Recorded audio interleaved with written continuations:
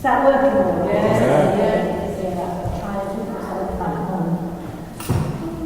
Not only did I forget the rules of feedback, which I really do know very well, as a down and playing music, and you get in front of the speakers, you get that awful noise, completely escaped me, and I've got to find out a bit sorry of it.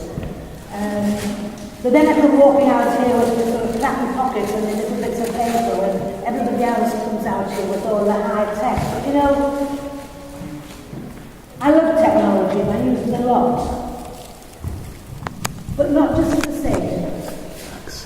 If I find it easy to do something the old-fashioned way, I'm still not frightened. In fact, possibly as well as it is about being lazy, you're not worried about just doing things that is easiest for you. You stop worrying about that.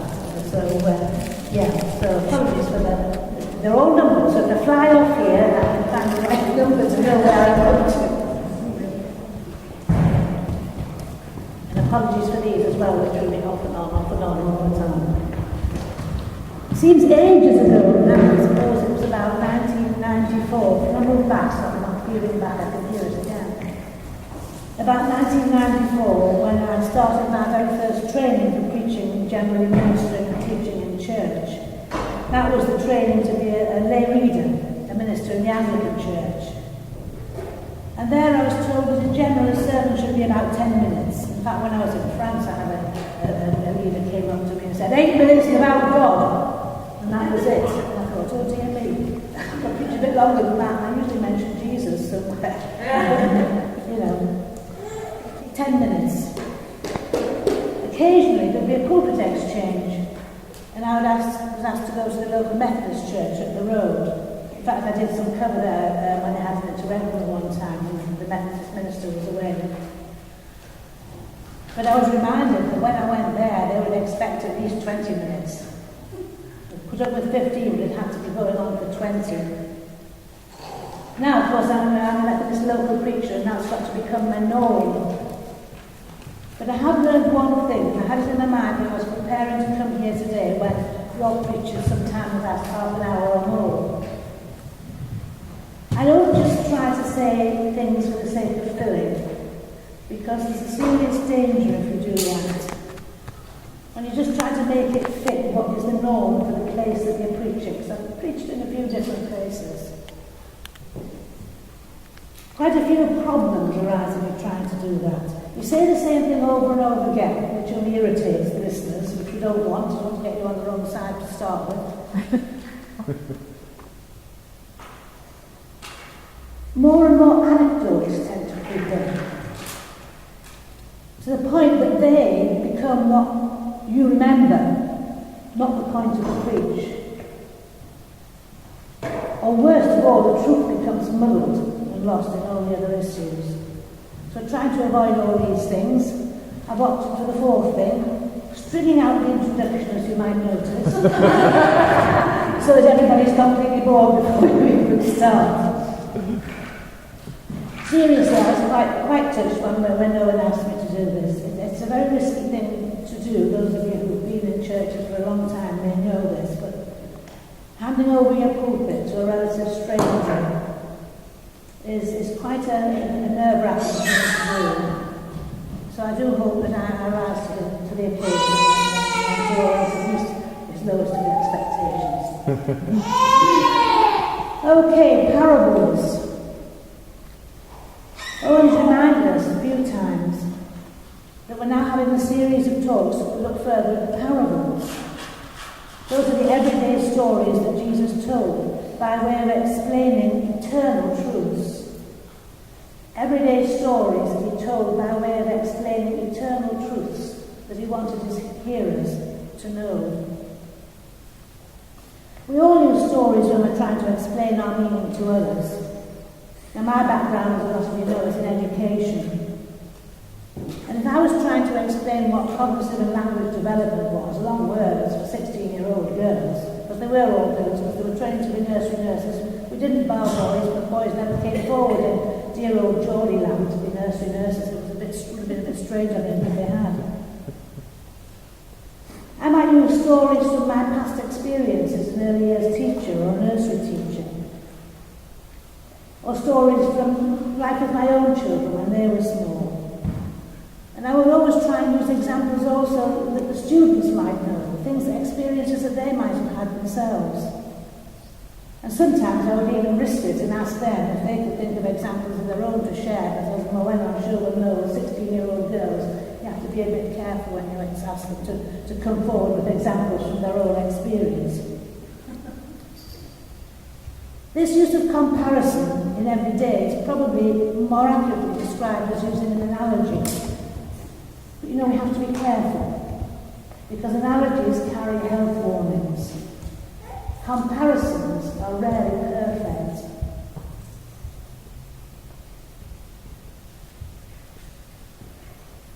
Throughout history, teachers have used stories to teach moral lessons. Think back at Aesop's fables and all the fairy stories that we know. They were all told to teach moral lessons. But Jesus' parables weren't only meant to teach moral lessons. Jesus was actually drawing for us a picture of heaven itself. He was drawing for us through the parables a picture of God's kingdom. He was showing us what God's like and what he expects from us. He was showing us what it was like, what it would be like when his kingdom comes.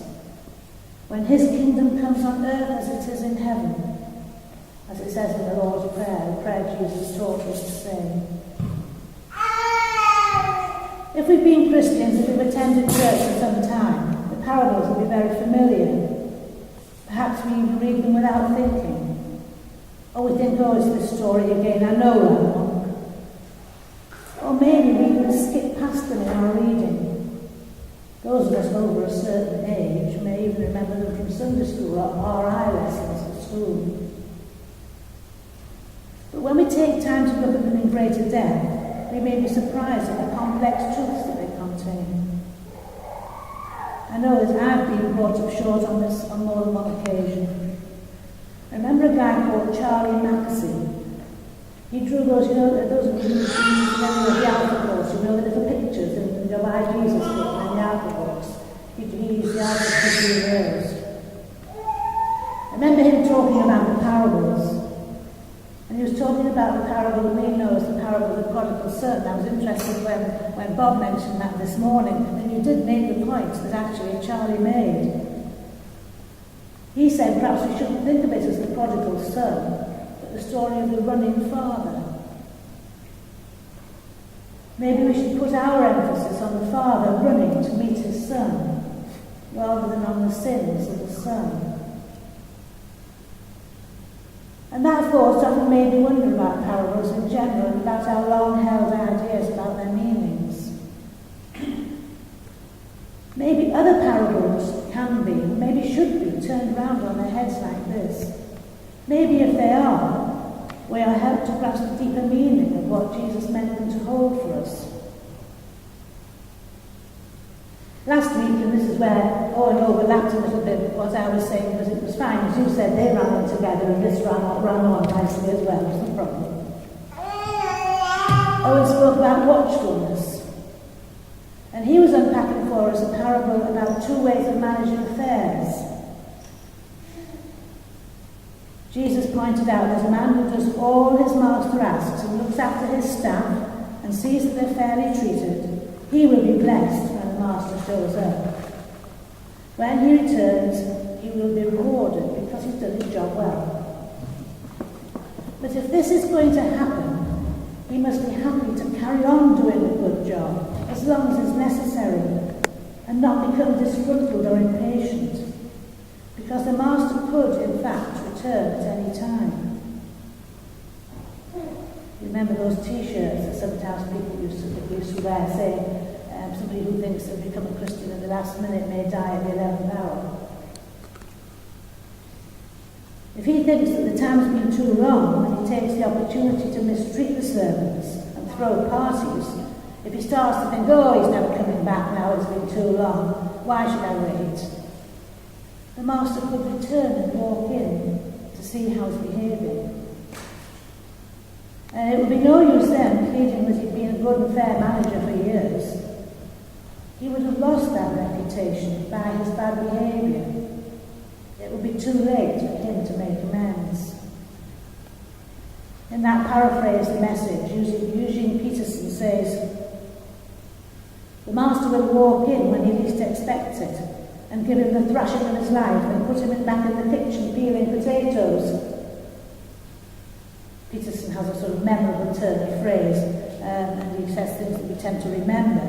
But on this occasion, I think what my NIV Bible says was even more shocking and had even more impact. The NIV says, "He will cut him to pieces and assign him a place amongst the unbelievers." Assign him a place amongst the unbelievers. When Jesus returns, or when I go home to him, I certainly don't want to be assigned a place with the unbelievers, and I'm sure you don't either. Because, of course, in this story we can think of God as the master, and we can be seen as the managers, set the task of managing our lives according to his will. The verses that follow give a bit more clarity, again from the Message. "The servant who knows what his master wants and ignores it, or insolently does whatever he pleases, will be thoroughly thrashed. But if he does a poor job through ignorance, he'll get off with a slap on the hand." In other words, if we do a bad job, those of us who know, then we get more than a slap on the hand. Great gifts mean great responsibilities. Greater gifts, greater responsibilities. And I know that was part of the ending of what Owen was saying last week. Great gifts mean great responsibilities. Greater gifts mean even greater responsibilities. If we know what God requires of us and we ignore it, there really is no excuse for us. Of course, we can live our lives in the knowledge of the love. We can live. I put it in bold, and I still didn't see it.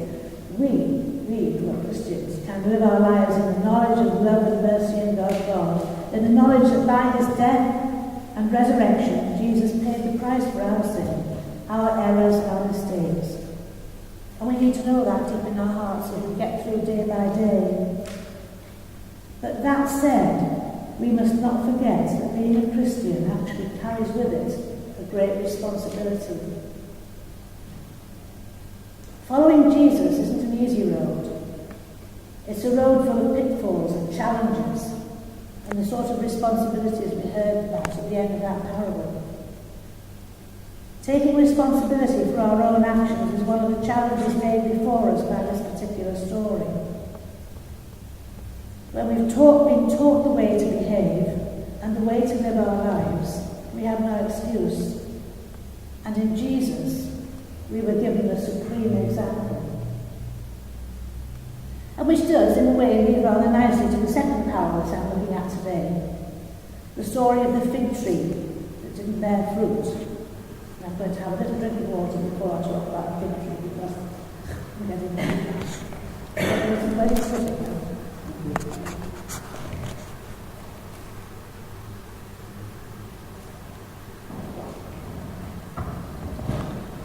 Just lubricate the fig tree.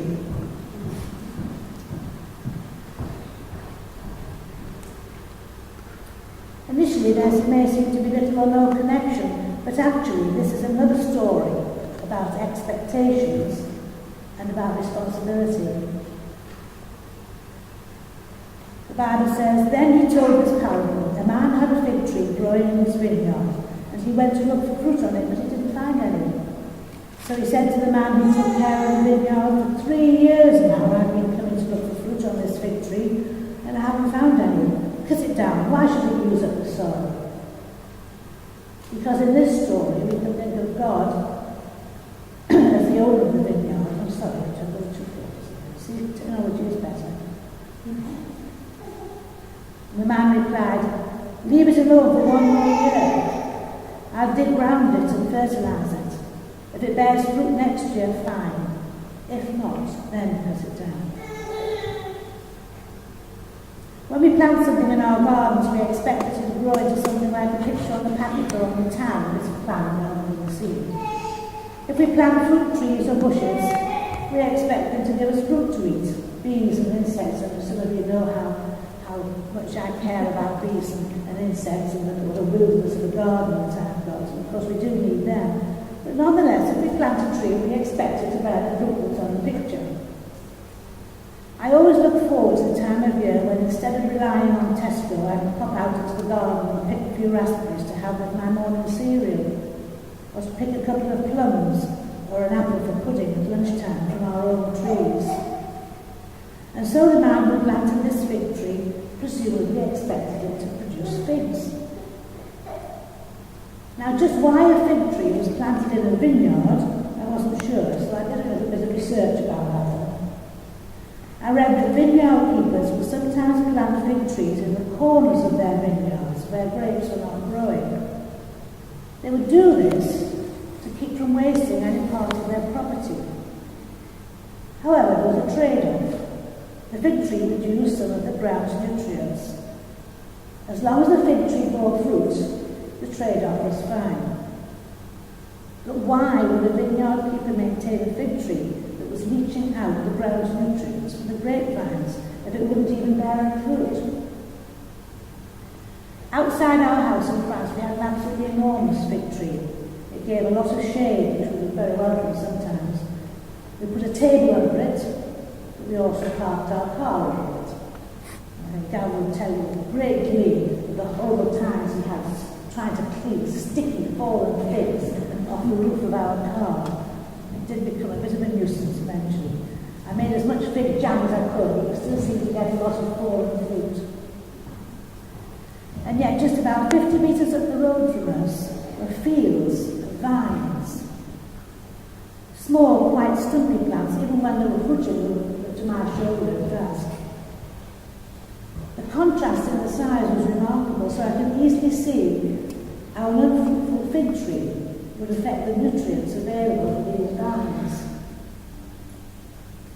Whatever, Jesus tells us that this fig tree was planted in the vineyard for whatever reason, but it bore no fruit. What we do know is that the fruitful tree was often used in the Old Testament as a symbol of godly living.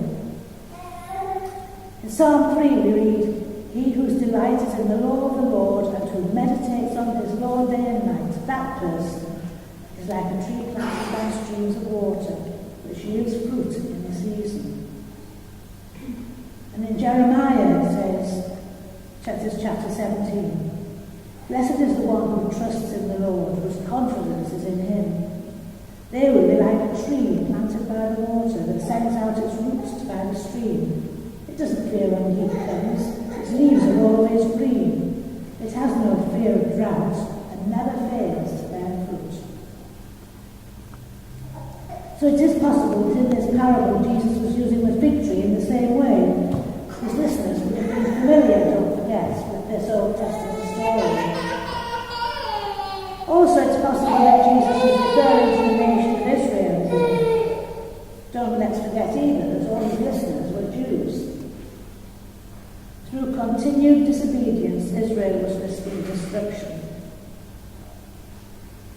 Do you remember the stories in the wilderness?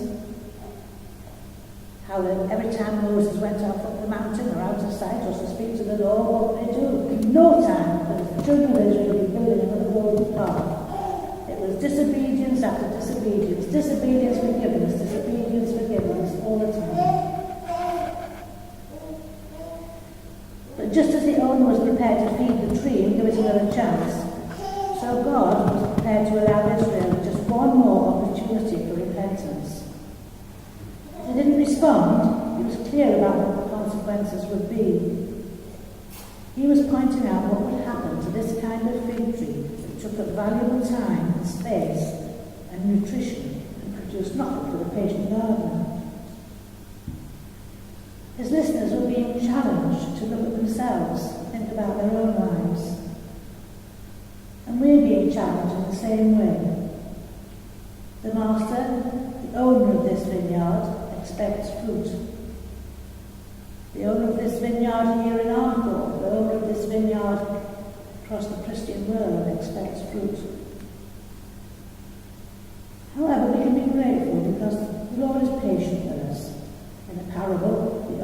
vineyard and passed by the barren tree for 3 years before he even said anything about it. And even then he was prepared to wait another year while the vineyard keeper fertilised the tree before exercising final judgment on it. And let's not forget that in this story, we don't know what happened in the end. We don't actually know whether or not the tree responded. We only know that it was given its last chance. To us, to the children of Israel, and to us, God sent his only Son to die, to pay the price for our wrongdoings, for our sin. He paid the price so that we don't have to. He opened up for us the way back to heaven. Remember John's Gospel, God so loved the world that he gave his one and only Son, that whoever believes in him shall not perish but have eternal life. For the Israelites, Jesus talking to them, for the Jews, was their last chance. And here is our second chance. We know that by Jesus' death, our salvation is secured. We only have to acknowledge him and repent. But, there's always a but, isn't there? If the second chance gives us new life, then we are expected to bear fruit. There is still the expectation and the responsibility. But for us who have made the commitment to Christ, it's without fear. For God did not send his Son into the world to condemn the world, but to save the world through him. No longer the fear of condemnation, if we get it wrong. No longer that fear of condemnation. A little word about fruit. Gav and I had a discussion about fruit. What would it be? What might it be? He actually challenged us, have you done any research about fruit? I thought we should start with the bit in Galatians, the fruit of the Spirit. That list of things we can get good gracious how ever categorise to that. The fruit of the Spirit that we must produce in our lives to glorify the Lord.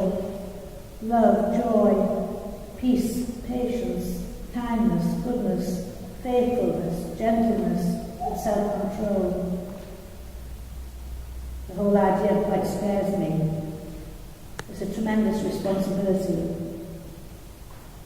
And I did all my little research into fruit, and I found that fruit is referred to in several different ways. It's used to describe service to others. It's used to describe the way in which you can be Jesus to the world. It's used to describe godly attitudes, and it's used to describe the harvest of souls. However, remember that we know our Master is patient. It seems that God recognises that fruit bearing is a growth process.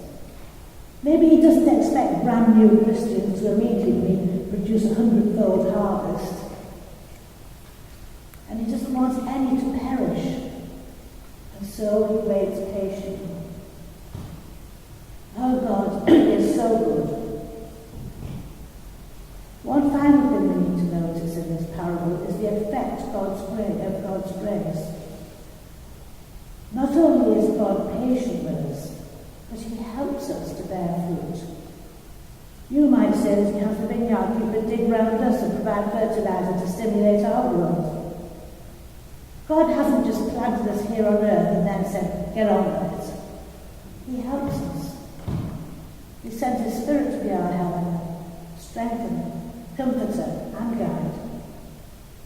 Because we know, don't we, that without the Holy Spirit dwelling in us, we wouldn't have a hope. We can do so little in our own strength. To be fruit-bearing trees, we need to rely on the Lord's help through the Holy Spirit every single day. So, two back parables here with a link. Expectations and responsibilities. God has expectations of us, but we don't need to spend our days worrying about that. We can and we should instead focus on the grace that God has granted us through his Son, on the indwelling of his Spirit, and on the truth we have in his Word. We can look for the help with which he has blessed us, and we can learn from that help. can lean on that help. With God's help, we can hang in there. And unlike the manager in the first parable, we can meet expectations and do a good job right to the end. With God's help, with his tending and nurturing, we can grow in our fruit bearing. God is helping us every day. So let's remember to lean on him, and so we can grow.